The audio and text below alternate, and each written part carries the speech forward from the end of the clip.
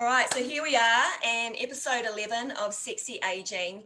And this has been a long time in the making because Emma doesn't realize, or maybe you do realize, but I think it was 2 years ago, I did some coaching with you.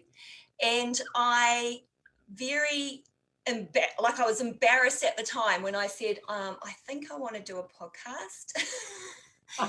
And you made me write it down. And so I don't know if you remember this, but you emailed me back the list of all the things that we spoke of and the actions that I was going to take.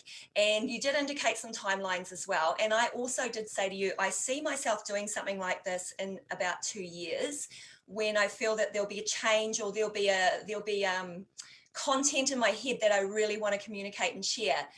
So I'm kind of throwing that on you, but thank you, because here we are. Look, you're so welcome. And that's what I love about you, Chase. When you get your list, boy, does that stuff happen. That's always been the thing about you. It's always been the thing we're inspired by you for. So congratulations. And, I've been listening along and these are just amazing. So much needed. And your voices, I mean, you've got lots of listens already, right? Yeah, so heading up to 3,000 downloads. Well, it's crazy. I don't even know how the whole podcast thing works. I just thought if I think about it too much, it's not going to get done. It's not going to be perfect, blah, blah, blah, blah. Well, let me tell you, it doesn't usually go that well that quickly. So you're clearly doing something right. Yeah, I think it's the conversations that people desperately want to hear. And, I'm not the expert on menopause or aging or whatever. I just know that I am, kick-ass fitness person who is really, really inspired and interested in what's happening to the body and the mind. And I just want to talk to people about that. And so I'd rather just bring in other people that inspire me and experts. I've got some really good experts coming up in future episodes to really kind of break down a few things physically for us. But I think the three parts that I want to talk about: body, mind, and soul. And so today's episode with Emma is we're going to be embracing the soul, and boy, will she have some insights to that. So our connection, dear friend, inspiration to me, my biggest cheerleader, I'm yours. Whoop, whoop. Fellow Kiwis, Geminis, share the same birthday. Can't forget to call each other on our birthdays. What else did I get? Fellow Otago PE alumni. And Les Millsies. Yeah.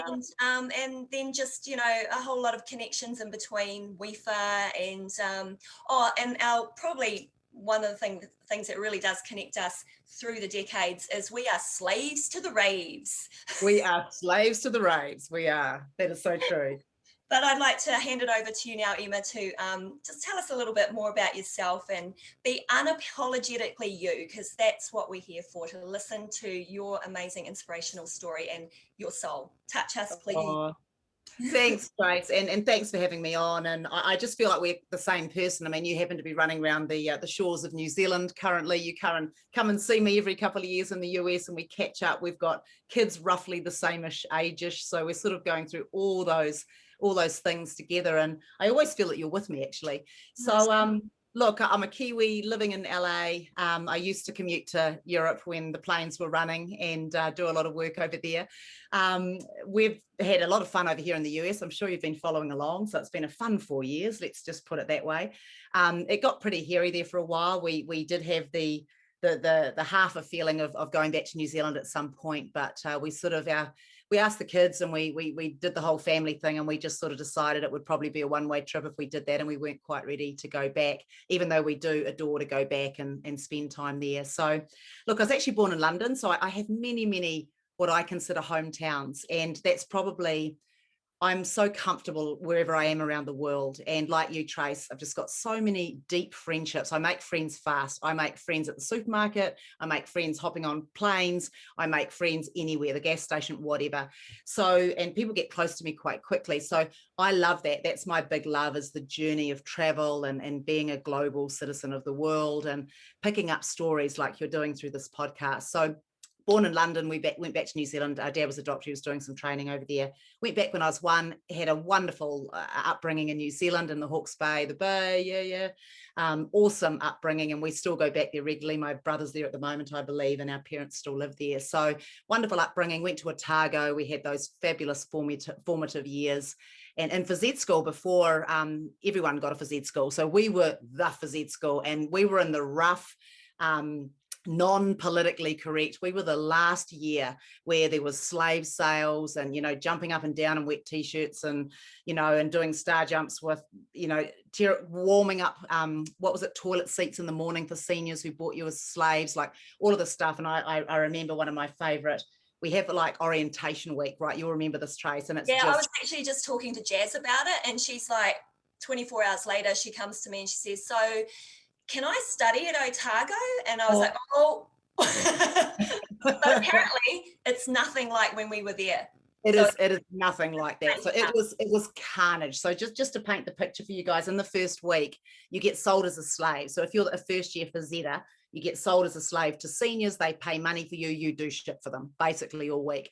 Then we do all these activities, and one of them was go to this beach, which was an hour and a half away. Then they do things like, you know, remember you had to do Dizzy Lizzie's, run around the, you know, the broom 100 times, then scull a wine, and then eat a pie.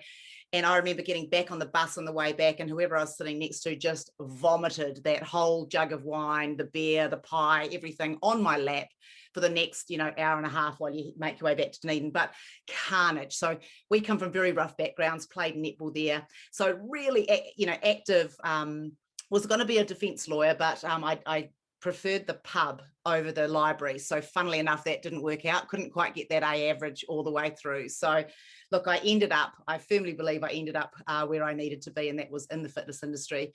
Worked for Les Mills. That was one of our first jobs, Tracy, just teaching aerobics, and you bet us into that. You were one of our inspirations coming into that. Did that, and then moved to Auckland. Always was seeking the big smoke. So at some point, you know, kind of got out of university, wanted to get to Auckland, and, you know, we knew Philip. We'd obviously done aerobic champs together, another connection, which was hilarious. And, you know, the funny story is we wrote Philip that letter and said, you know, hey, you know, we're poor students, you know, you should pay for us to come up because we're awesome, you know. And he's probably thought, who are you precocious little pain in the asses? And we're still like that, right? And Ruthie P, you know, Ruthie P had the team, you know, what were they back in the day? What was their name? Hot Legs. And we were Hot Gossip. So it was like Hot Legs, we were Hot Gossip, yeah, that's right. And then the boys, remember Black Mo, and like, yeah. Anyway, gorgeous. So short story long, ended up in Auckland, and you know, worked for Philip for a bunch of years, did all the fitness things, so taught and PT'd and did management. So I knew that I always wanted to use my head as well as my body. And then I thought, yep, I'm off for the big wide world. Hey Philip, I'm leaving because I want to travel, and I've applied to be an air hostess on Air New Zealand. And he's like looking at me going, okay. Hey, he says, look, we're thinking of doing this pump thing. Do you want to maybe, you know, go to Australia and think about that? So said yes, and the rest was history. So, you know, did the whole IMT thing with Les Mills, got to see the world. Just an experience you can't even put in words. You know it. We all got to live around the world and meet people and spread this incredible story of, and I know that they're just pushing out the Earth Day today, having just filmed down in Fiordland. But, you know, just to actually create a little ripple around the world that has become the behemoth and the amazing business that it is today, touching millions of lives every week in many different ways, and just getting started. Like you definitely feel that. So I was so blessed to have had the whole ride with Les Mills, like the travel, the people, get in early, build it, watch it professionalize. And you know, had a great trip with that. And then of course I got that little tap, which I know you're going to ask me later, but I get this restlessness in me, and then I kind of need to jump in a bigger pond just to see if I can, you know, swim or if I'll drown. I have this thing that pulls me into those slightly uncomfortable situations, and I get quite an allergic reaction, and people know this about me, if we have the same meeting twice. So if we are business as usual and doing the same shit quarter after quarter, day after day, month after month, you won't find me in the room for very long, because I just get, it makes me really irritated. So I have to be early stage. I have to be stepping into something I haven't done before. I have to be around people that are more brilliant than me, that know more than me, and I just get stimulated by that. So anyway, put up my hand, and we were part of the team that went to over to America to take over the distributorship of Les Mills over there. So I went over, there's a team of about 20 of us. We sort of in and out and sort of headed up the training team there. We built the trainer team back, and we stayed there about a year. And then ended up going back to New Zealand. But at that point, I thought, gosh, we loved living in California. Of course, you're living in Laguna Beach. Who doesn't love that? And we put our name in a hat, which is basically go for the diversity visa, which is literally a lottery. It's literally like lotto. And so anyway, I did that, forgot about that, went back to New Zealand, picked up another job, had another kid, hello, Max. And then I got this very annoying American lady kept ringing me one night. She's like, you've won the lottery. And I'm like, oh God, I'm being spammed. And she kept ringing. And in the end, she's like, you've won a green card, but you've got a year to execute, meaning you've got to be living in America by the end of this 1 year window. So I went, oh yeah, okay. So anyway, Lee and I talked about it, and we thought, well, one of us needs a job because, we can't sort of uproot with 3 kids into a whole new country and whatever. Couldn't get a job. And we said, oh, look, forget about it. We're not going to go. So then we went for the most beautiful holiday up at Waipu Cove, north of Auckland. We had the front prime beach spot. We were camping. It was just simple life. We had such a beautiful, because Les Mills is great. You always get a decent holiday over January, right? We were there and I couldn't sleep a wink, not a wink. And as we were driving back to Auckland, there was just dread. There was this physiological response that I talk about that was just coming over me. And I just almost couldn't drive across the bridge. And I just said to Lee, I think we have to go to the States. I can't. I know that we've made the decision not to go. I can't handle it. So he said, right, what are we going to do? I said, right, we're going to Australia. We're going to go and talk to Matt Church, who was a strategist, and he'd taken us through a course previously. So we went over, booked a day with Matt, laid up all the scenarios. Scenario 2 worked out, and 5 weeks later, we were over in America. So, driving around in a big Suburban, 10 bags in the back going, okay, kids, which school do you want to go to? We started at Manhattan Beach, which is very expensive. It's where all the sports people live. And I'm actually doing that right now. But in New Zealand. So yeah. I have a little Mazda, which belongs to Jazz. And I've got 3 suitcases in there. And apparently my title is COVID refugee. So I'm right where you are. I'm really hoping for good things. Yeah, I love it. And you know what, even though we didn't know, and we got a month in, we looked for a month, and Lee and I, we had bits of work that we were finishing off. So I'd do a week, he'd do a week with the kids. We'd drive around, visit schools. And over here, you can only do one thing at a time. If you don't live in zone, you can't go to the school. So we had to find the schools the kids wanted. Then we had to find a house. Then, of course, we had no credit. Now, in the States, if you're not heavily in debt, if you don't have 300 credit cards, if you don't have a social security number, if you don't have friends that, have names like Trump and Biden and stuff like that, you're nobody. And so we had to put deposits on every single thing. Then we found a wonderful guy, and we're actually still living in his house because it's right across the road from the schools. But we started getting a bit stressed out. But so anyway, did all of that. Then Philip was kind enough to give me a contract for a year because wild horses couldn't drag our family to live in Baltimore, which is where the Les Mills head office was at the time. And they definitely wanted to be in Cali. So it sorted all of that out. About 9 months later, got picked up by Equinox, which was just an incredible experience. I was commuting to New York every month for about a week. We had half our team here in LA, some in Miami and some in New York, and we just did the programming for the brand. And it was pre-COVID. It was wonderful. I look back, it was such a heyday 3 years because the brand was on fire, everything was growing. It was pre all of these times, and I just feel so incredibly blessed to have had that experience and work for such a sweatshirt brand. Like, it's just so elite, and out of New York, there's just so many things. My learning trajectory was like that. It was just like out of this world. The first event I went to was on Wall Street, the top 500 salespeople, and I've never been to anything like it before. It was like incredible. so that really built out my skill set and scared me. And Sarah Rob O'Hagan was our CEO at the time, and she was just incredible. She'd walk into the room and just own it, and the energy and the innovation, and just I learned so much.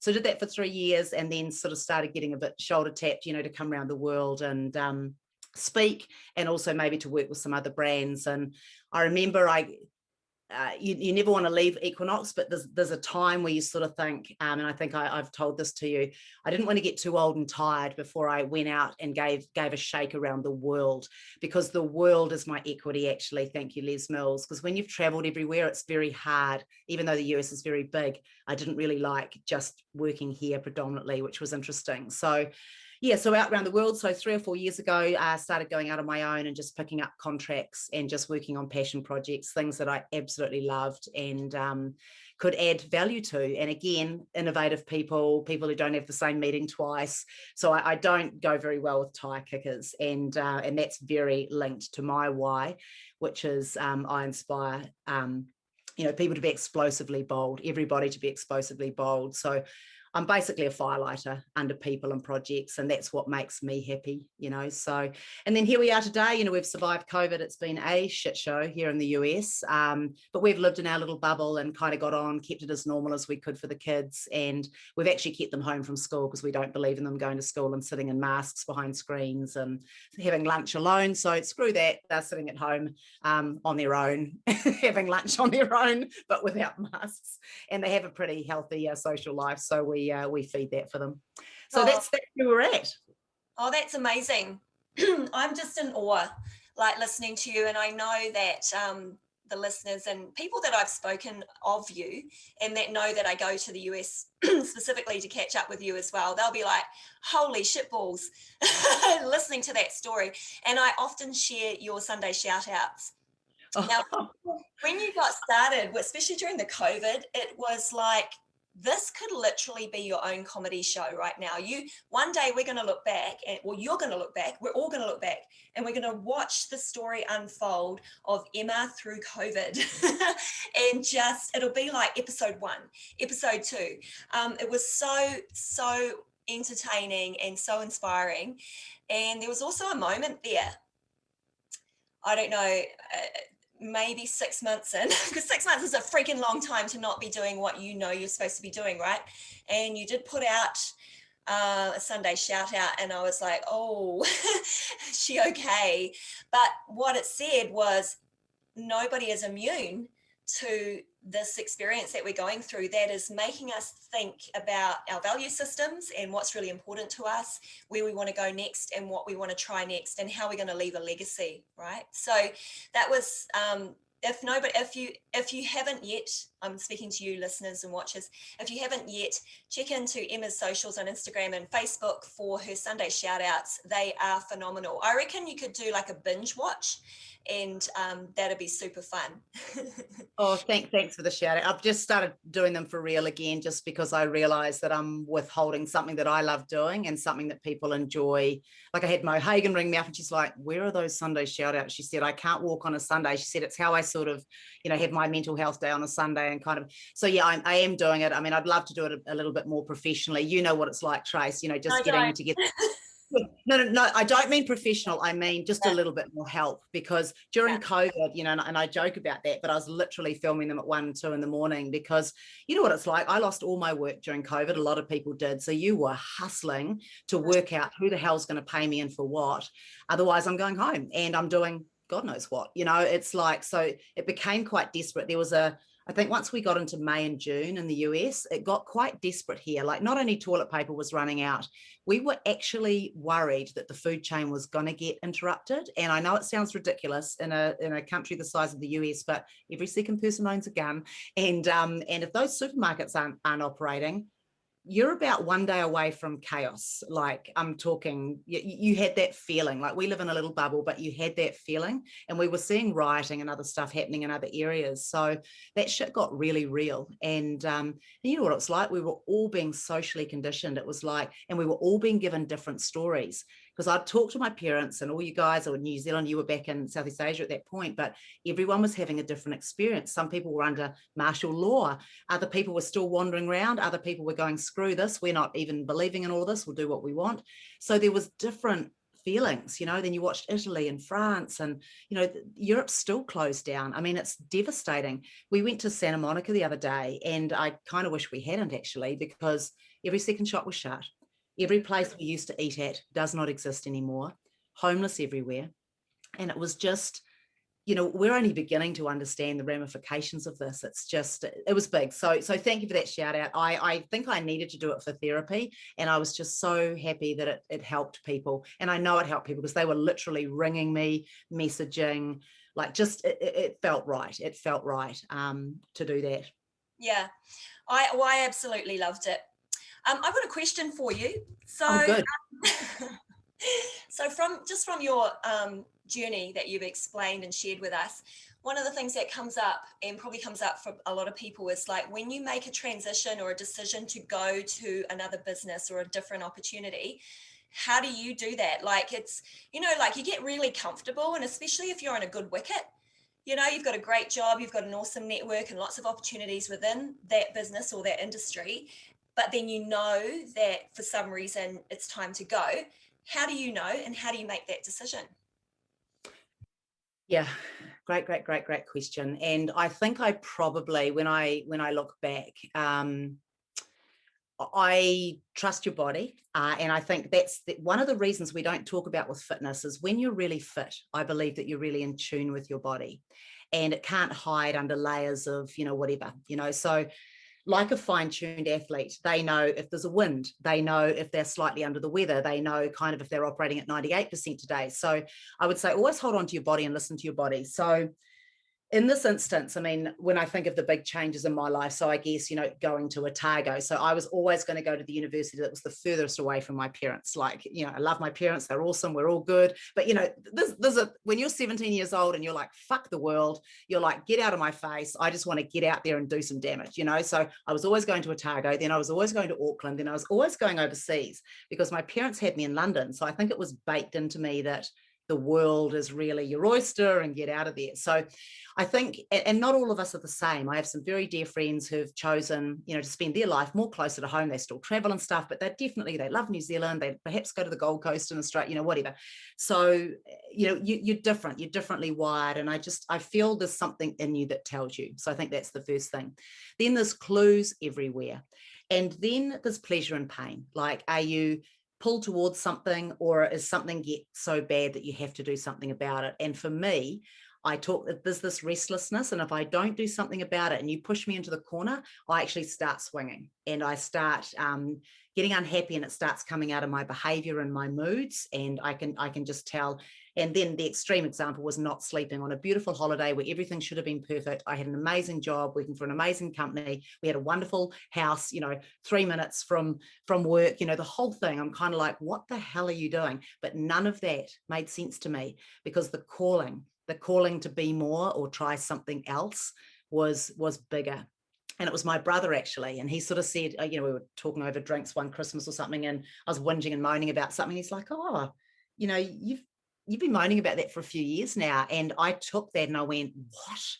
I thought that was the first time I'd voiced that. And so he brought awareness to the fact that actually I was in pain and I needed to move on for whatever reason. So I think listen to your body. And that's why I say keep in touch with your body. Then make a decision. And whether you take a step in that direction, you'll know pretty quick if it was right or wrong. I made a decision not to go to America, for example. We went on holiday and my body said, screw you, this is the wrong decision. I'm going to make sure you don't sleep because you are not happy. You know what your life's going to look like if you stay here, and that's not what you want.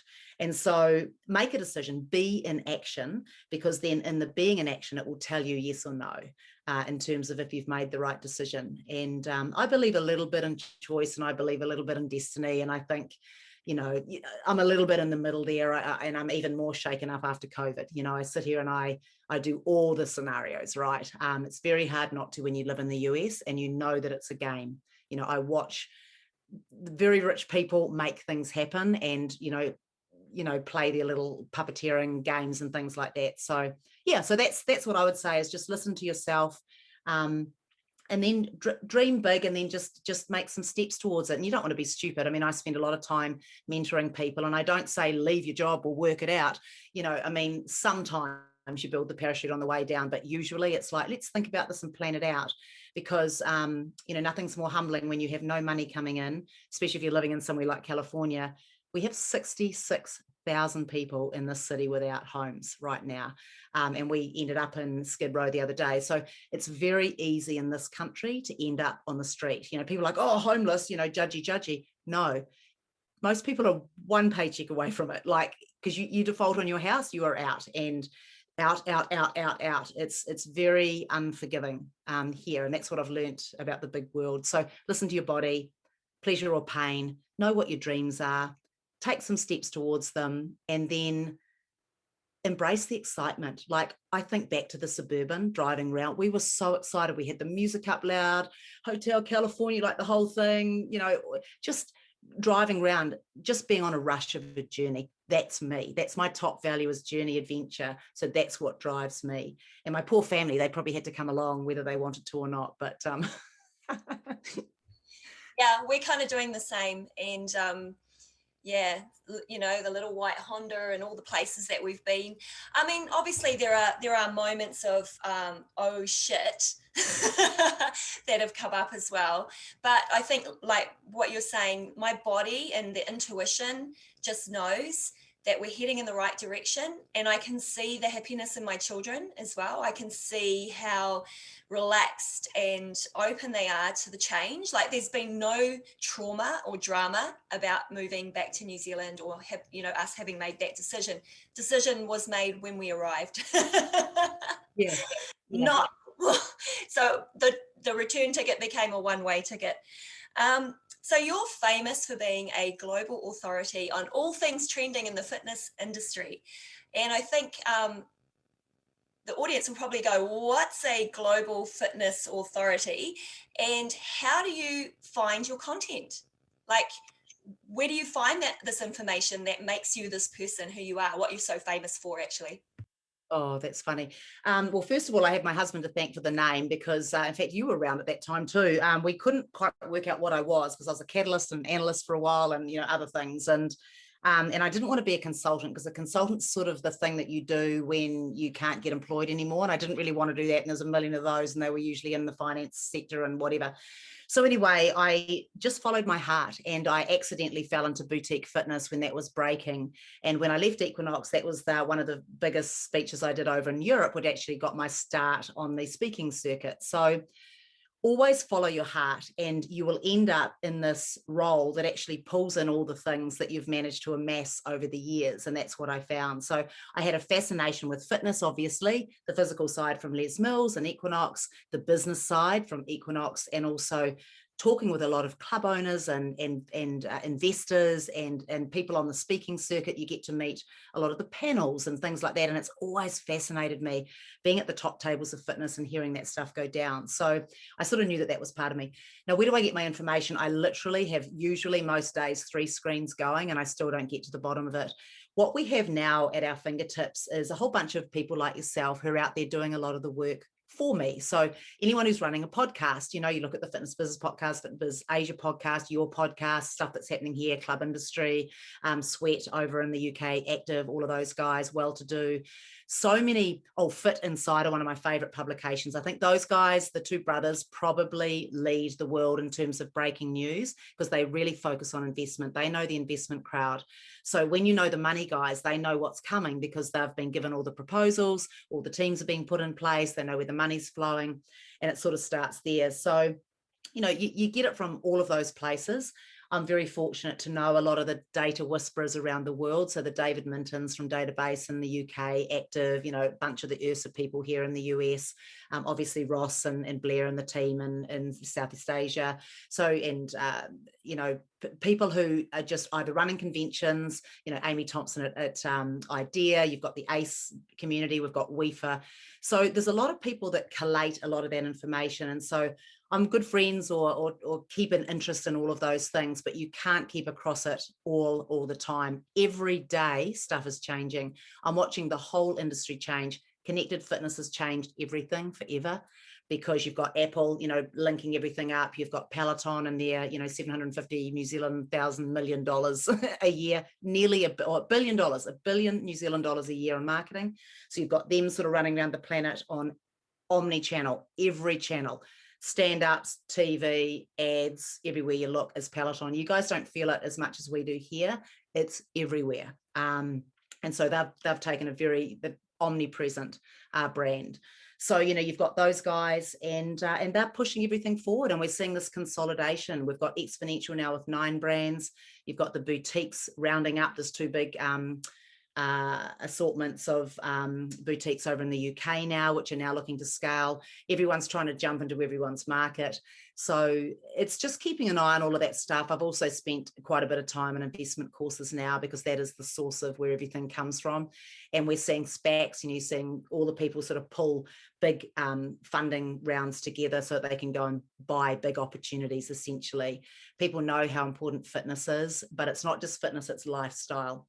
So whether you got there through athleisure, or whether you got there through fitness, or tech, big fit tech, all of it, everything's leading into, I want to own the person who wants to be healthy. They want to eat healthy. They want to move. They want to wear stuff. They want to go places. So, and all of those things are sort of being wrapped into one right now. I had a good friend who's the same vintage as us, Trace, who came and stayed with us from Chicago, and we were laughing. We're sitting here thinking we're so unique. We're a woman of a particular age, with our children at particular ages, and we're doing this, and we're thinking we're so unique. We had the same decorations in our house. We had the same bag. We were wearing the same clothes. We were saying the same things to our kids. Our kids had the same. And I'm just sitting here thinking, we think we're having a unique experience, and we're just a cohort. We are just something being marketed to. It was hilarious. Oh man, I can so relate to that. I mean, even one of our children have the same name. Hey, some of our conversations, this has just come up, something I remembered. Some of our conversations that we've had together, we've spoken about the future of longevity and women's wellness. Now, I was sent something just yesterday about that women's wellness and femtech and longevity and healthy aging is one of the up and coming industries. Actually, it's a $10 billion industry right now. You and I have spoken on this, the opportunity. Yeah, what's your take on that? Like, I mean, obviously you're the authority on all things trending. So what do you know that you can share with me right now? Yeah, so what I would say is, so in the US here at least, the women control between 80 and 85% of the purse of the household, actually. So women are the big spenders. And I was on a fascinating webinar the other day by a woman, I think it's called Her Money. Very, smart Wall Street type girl who's gone and started this whole, she's basically looking after women's wealth, because she said women inherit. First of all, they run the household. So they need to understand money, and they don't know money, because that's a man's thing. Even though they spend the money, they don't know money. So they run the household. And then what happens is, because we usually outlive husbands, then they get another inheritance. So her main point is that we need to know what to do with that money. We need to smarten up. So I think there's a couple of things. So there's that. Then I heard Sarah Robb the other day on a wonderful podcast, and someone said, what's your big dream for women? Because she's very pro woman playing sport, women to the top tables of everything. And her basic thing was, that the sooner we can get women to the top tables of politics, businesses, Fortune 500, the whole thing, the quicker we will solve the world's problems, because there's just more EQ, there's more balance, there's less greed. All of those things just start to come in, and it was a really wonderful thing. So regarding femtech, fascinating. So think about it. Who's making all the investment decisions, do you think? How many? I mean, I'm coming across more female investors now, but that's been the boys, the banks, and the money, and the VCs and the PEs has all been a man's world, right? So they're driving everything at the top. Now, and yet we know, look at athleisure. We know it's the women that spend the money. Look at Lulu. You've got 7/8 of the shop is like women, and then the guys get a pair of shorts or a top, it's like, and that's happening in the world. So that's beginning to reverse. So more women are coming to the top, and we're seeing lots of female founders. Still only about, I heard some disgusting fact the other day, a small percentage of women are backed as founders, like under 10%, like it was 2 or 5 or something. So we've got that problem. We've got to break through that. So, we've got so many issues right now. We've got Black Lives Matter, inequity generally. We've got women still needing to come through. So femtech is huge, and we're beginning to see it now. Now, probably why we're beginning to see it now is probably some men have seen how positive and, you know, the upside of that from a financial and also an opportunity point of view as well. So it's definitely coming for two reasons. Women are working their way to the top, but also there is a huge market there. And I know I did listen to Wendy Sweet's podcast with you. And of course, what doesn't she know about it? She's gone after one of the biggest unmet needs in the world. You know, like her success is because there's so little coherent conversation in this space, really helpful conversation that can actually go out there in a really, really big way. So I would say it's coming, it's here. I mean, female millennials have driven boutique fitness anyway. And if you think about it, what's been the biggest innovation in fitness over the last 5 to 10 years has been boutique fitness. So there's another example. Sure, there's lots of guys in there as well, but it's generally women hooking up with a bit of money, and it's used, they often have a marketing bent and then pushing it out there. So that's where the creativity is coming in. So you're 100% on the money. And I think it will be quite a different world in 10 years, but it will take a little bit longer. You've got your Sadie's at 305 Fitness, and you've got your Joanne's at 10 Fitness in London, and you've got, but even here in the US, it's, you know, I think of Carrie, and there's a few people who are sort of pushing things through, but there's still a lot of gentlemen running the businesses here in the US, particularly at the club level. Yeah. Oh, thanks for that. That's, you know, so many amazing insights, and I'm so positive about the opportunity in the future. And I'd like to be 100% with the money in this space, in this $10 billion space that's going to embrace women who, and the way I see it is that we really take care of ourselves, and we know so much more about our bodies and our health and mindfulness than, say, the generation before us, our mums. I mean, I don't remember my mum talking about, I'm going to sit down and do, you know, a meditation practice right now because I just need I need 10 minutes so I don't, you know, like lose my shit. And that's our generation, and we just know how to look after ourselves. And also we're living longer. So like you said, we are creating our own incomes. We are also spending the money. And I think, yeah, the future is massive for women, you know, who really want to take care of themselves later in life. One of the changes you've recently made is a bit of a segue, but it also touches on, you know, this episode is about talking from the soul and the things that drive you and make you who you are. So you've recently gone into a business called Good Soul Hunting. And look, I can't remember what your actual job title is, but it's something fabulous. Can you share with us, tell us about Good Soul Hunting and what's what you're aiming to put out into the world with that new opportunity? Yeah, so Good Soul Hunting is a executive search brand, which you may or may not be familiar with. So basically we headhunt. So we find high-performing people, usually from a senior role, so C-suite, all the CEOs, COOs, CFOs, CMOs, and maybe senior specialists like sales roles, marketing roles. So we find people and, you know, hook them up with fast-growing businesses. So how this came about was interesting because I'm working with co-workers from past Les Mills lives and other lives, and I hired Lucy 10 years ago at Les Mills actually, and she went on to, you know, grow out people and culture around the world for Les Mills, and then went to London with her husband. They decided to start a recruitment firm together, basically a partnership, and they started in London. And it was just one of those weird, let's catch up in London. We sat down in a cafe one day and started having this conversation. I'm like, oh, that's really funny. I actually spend probably half my life introducing people to opportunities and opportunities to people. I'm living in the US, you're living over in London. I'd like to go back to London at some point. Oh, that's funny. We'd like to go to the US sometime. Oh, great. Okay. God, I wonder if we should ever do something together. And then I said, well, actually, given that I'm already spending half my life doing this anyway, maybe we should have a conversation. So we had a conversation. You had a conversation with her husband.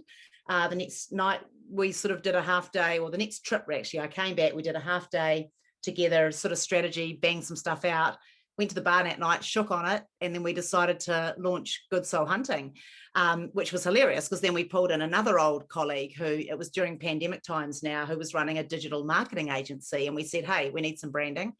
And he said, oh, good timing, because no one's doing anything right now, and I've got a whole bunch of awesome people who'll probably do something quickly and well. And so we did that, and we managed to get all our branding done with the help of so many names that you would know, because we did everything through survey. So we surveyed the name, we surveyed all the things about our brand, because you shouldn't be thinking for yourself today. You should be asking the damn market what they want. You know this from your boutique experience, and it makes it better. So we surveyed everything, and we were all tearing our hair out about the name, because you know what it's like when you try to name something, all the good names are gone. Like, let's just start there. And especially in recruitment, because everyone's thinking about, every clever thing is gone. And so anyway, we came up with this, obviously inspired by the movie, and some of the team weren't sure, so we put it to vote, and it was absolutely the name. So we went with it. So and we had to pivot during COVID times, because we started off very strongly in bricks and mortar. We worked out very quickly, A, there's no money in fitness, and B, you've got to move out of bricks and mortar. You've got to have a digital footprint, or you've got to work with technology first companies, because they're the ones that are scaling, buying in new talent, building out their senior team, which is what we were specializing in. So we very quickly worked out that we don't want to be too early, because if you go with a founder usually doesn't have any money, they're not paying themselves, and they're not ready to hire a team. They'll get a little bit of money and they'll prove the concept out. Then's the perfect time for us to come in. So we normally come in what they call Series B. So usually when you're on a second fundraise and you're building out your team. So that's perfect for us, because we can come in, and because we've all had real jobs, we're not recruiters by trade, we're actually real people who've done real things. We come in and help with strategy, and we help people sort of knock things together. And then we actually help you, we find people for you. And we've got a good soul formula. Usually takes us about 80 hours to find people, because we're not looking for the close and convenient. We're looking for people who have been where you're going.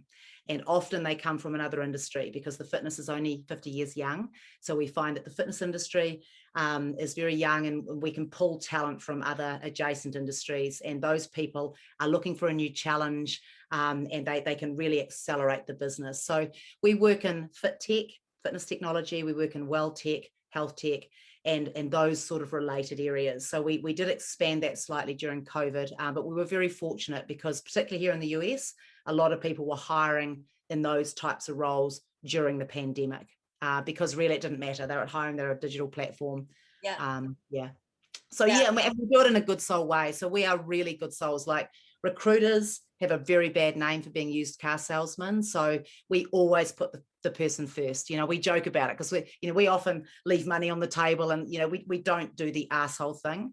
So we're good souls. We're always evolving. So we have quite an open source approach. Like, every quarter we're innovating, so that we're making things better. We don't just get stuck in the institution of recruitment. And then we're we obsess with best. Like, we're just always trying to push that level. And we've learned that from Les Mills and Equinox and other brands we've worked for. So we're having a hell of a time. It's a small team. It's a committed team. We do a wonderful service. I love the team dearly. And that's my favorite. I love working with 3 or 4 people. And those are the teams that I'm in right now. So that's half my life. And then Global Fitness Authority is the other half of my life. And I just pick and choose awesome projects that I feel that I can, light fires under.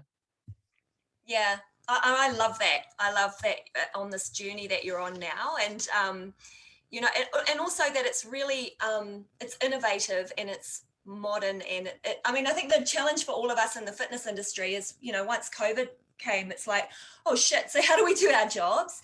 And if you don't innovate and you don't learn and you don't become, for me, I have this tagline, old dog, new tricks, which just accelerated it last year. So, everything I did was in the digital realm, and so grateful for that. I went into it kicking and screaming, because I felt like it wasn't creatively serving me, but it did. And so it's amazing. And I can honor that in you as well. So it's brilliant what you've done. Okay, so this podcast is called Sexy Aging. And so now we're going to talk about sex.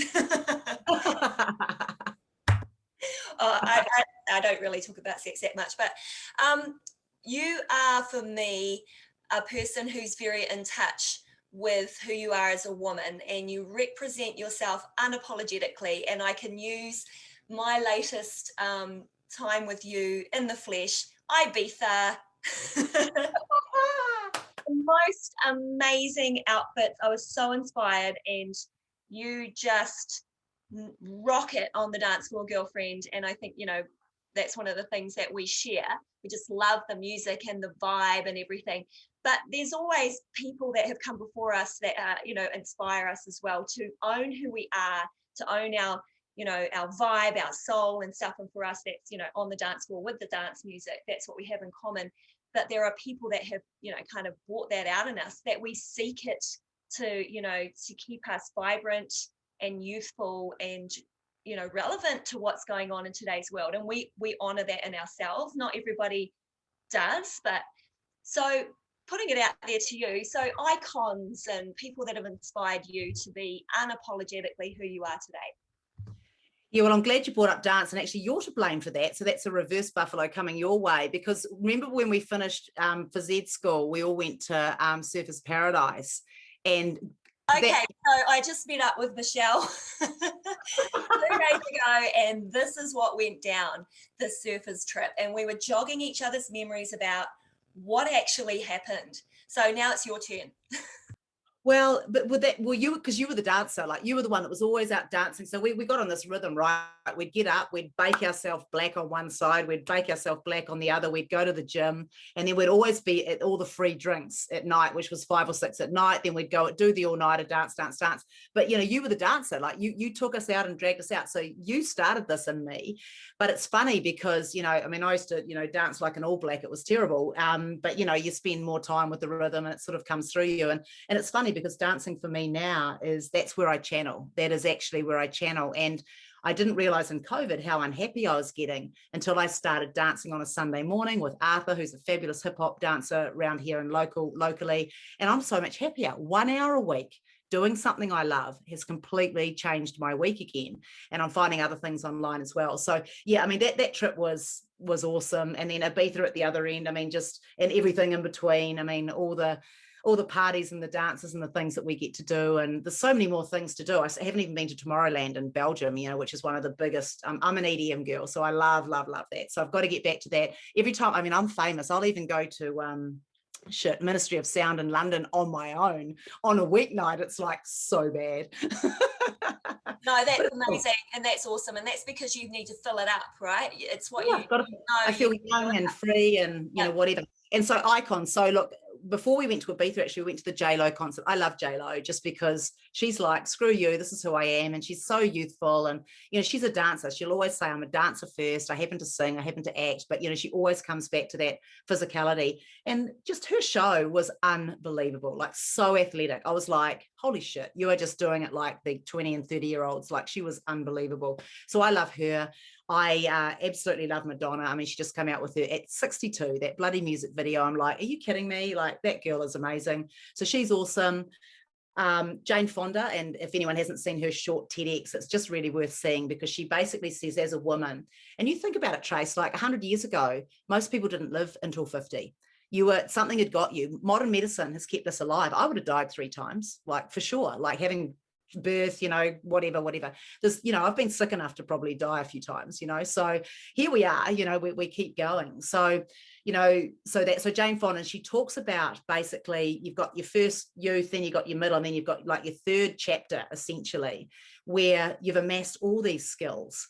And not only that, there's the one great thing about aging is that you actually get to a point where you don't give a fuck about what anyone else thinks. Like, it actually, that ship starts sailing, and it's such a freedom. I look at our kids now, you know, and you're sitting there worrying over things, and you're kind of like, I just want to tell you, don't worry about it. It really doesn't matter. Your hair looks fine. Your bum's not that big, you know, whatever. It's like, seriously. Well, actually, now everyone does want a big bum. Like, my girls come to me and they say, my bum's small. And I'm like, oh God, if you could hear yourself. You can play now. That's also the wonders of modern medicine. You just like shoot that shit up. It's incredible. But Jane is amazing, because she talks about this incredible wealth of wisdom and power. And, you know, we talk about it a lot. You've got a really big, that third age is where you can give back. You can give wisdom, whether or not you devote yourself to the planet or people or evolution or mentoring or whatever it is. But there's a grace with that. And I think, and I really love that you're bringing in a sexiness as that wisdom and that age comes through, because, you know, with a little bit of help from medicine, and just, as we learn about the human body and things like that, we're going to find ways that we can combat, because there's nothing pretty about getting old. My parents joke and laugh, we're still here, and they'll say things to our kids like, well, in case we don't see you again. And I'm like, would you stop doing that? But they're at peace with it. They're kind of like, we've had a great innings, it's been awesome, and I'm just like, oh my God. But you watch them, and you watch their friends, lose their mind, lose their body, perhaps can't turn, so it's not pretty. I believe we're very lucky that we're going to be able to go through it with more grace. I think there's a little bit more help and understanding and those sorts of things. And we're all narcissists. I mean, let's face it. I mean, you look what our parents do for themselves and look what we do for ourselves. We are completely self-centered.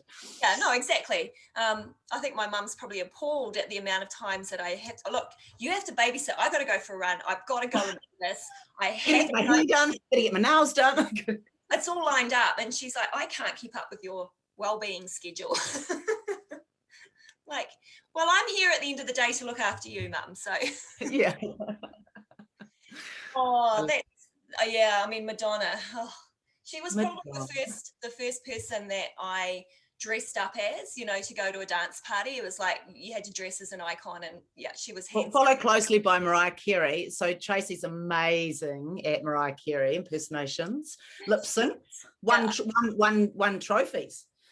Well, I think I won like 24 Spates or something one time as well. Wow. And I didn't tell my flatmates, but anyway, that's another day and another story. To wind up this absolutely awesome catch up with you, because that's what it feels like, and our reminiscing and how we've grown and how we've been there for each other to evolve in this amazing time of our lives. Do you have like a favorite book or a course or something that you could recommend to the listeners and the viewers? Oh, a book or a course? So many. Yeah, it's fascinating. I'm so eclectic now. Like it's like it used to all be fitness or personal development. I got deep into the personal development thing, and you're looking at all the courses and all the things. And, I know Kylie mentioned Masterclass, which I think is fantastic. Mind Valley, I love, because they bring on some great guests and things like that. I love to step out now. So I've actually been spending a lot of time, as I mentioned, in the investment crowd, and that's been very new to me. So I continually book myself on courses, and funny moment recently. So when I was brand new to this, we went on this guy with Pete Moore, who runs them out of New York City, and he's hard ass, like he's like talking, and everyone's on the screen and everyone's got questions. So I get the first question out of the barrel. I'm like, oh, for the love of God, I don't even know. He asked me, you've been given this fund and you've got $2 billion and you've split it this way, and you tell me how you're going to spend that money. And I'm just like, oh. So to be absolutely struggling and being a beginner and absolutely sucking at that thing at the beginning is quite invigorating, because, and what I find helps with that is just say that you're new. Hey, I'm new. I have no idea what I'm saying. I'm just going to, and so once you do that, and then step into it, and just the exhilaration. So that's probably is find something that is of interest to you, but step into it with boldness, because what happens is if you step in quietly and you hope that no one sees you, you don't learn anything, because you don't try anything because you don't want to show your ignorance. So it's kind of like show your ignorance, and then you'll get so much more. You'll learn 10 times more than anyone else on that course. So, I mean, that's kind of what I'm in at the moment is investment world, and just, Googling that. And now that I'm looking, it's everywhere, right? It's all coming to me. Yeah, I love it. Yeah, you've actually inspired me. I've taken a few notes, and yeah, I mean, I have got my head into the investment side as well. And yeah, it's very interesting. It's very confronting, but it's like, well, got to grow, not dead yet. Lots to learn. Lots to learn. Emma, thank you so much. It's just amazing to have you on the podcast. And obviously you were the little push and the nudge that got me going. And I'm forever grateful. I'm totally loving being inspired by the people that I get to talk to. And you've always been an inspiration to me. So. Oh, thanks, babe. Thanks for having me on, and hi to everyone out there. Yeah.